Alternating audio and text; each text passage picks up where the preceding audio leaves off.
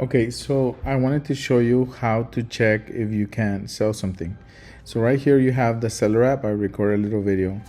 So what you do over here in the bottom, you're gonna go to listings, okay? And that's where you're gonna try to add a product. So right here on the top, you click add a product.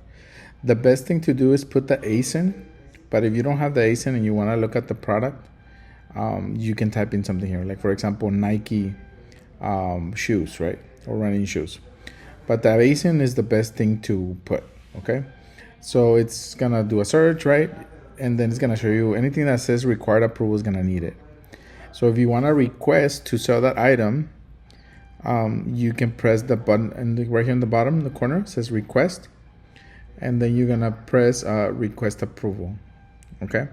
They're gonna ask you for invoices, for example here, and it's blackened out, I don't know why, but it's gonna tell you a certain number of products and what are the rules to get that stuff approved, right? So that's one way. There's another way to get approved, right? But this is now they want to do approvals by sorry, a text came in, by brand, by listing, right? But I've noticed that one thing will open another thing. So this is one way that it works where they request those kind of things. But there's another way also. Let me put this little clip that I did. So once your account is selling a bunch of stuff, then they allow you to just be approved on the instant. For example, if you're selling cookies and Amazon already trusts you, we can just request. So the idea is to sell you our brands in the same subcategory as the products we're trying to sell to open up. And what we do is once you're in that category, it starts to open up other products, okay? So that's like the trick, the go around. For example, here I'm putting crackers. You see where it says requires approval? We click on it and it says requires approval, right? So we click on the bottom, request approval, and then request approval. And you see how it's immediate. Your selling application is approved.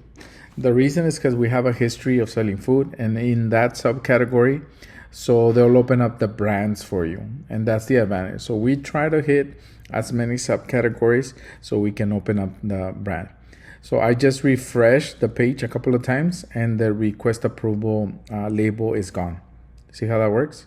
And that's basically what we're gonna do. We try to sell you stuff in subcategories to kind of start opening brands. We've noticed that on the third time you purchase, that's when categories start to be open and brands start to be open. So you have to be patient, right? And it's like any business. You have to be diligent with your business.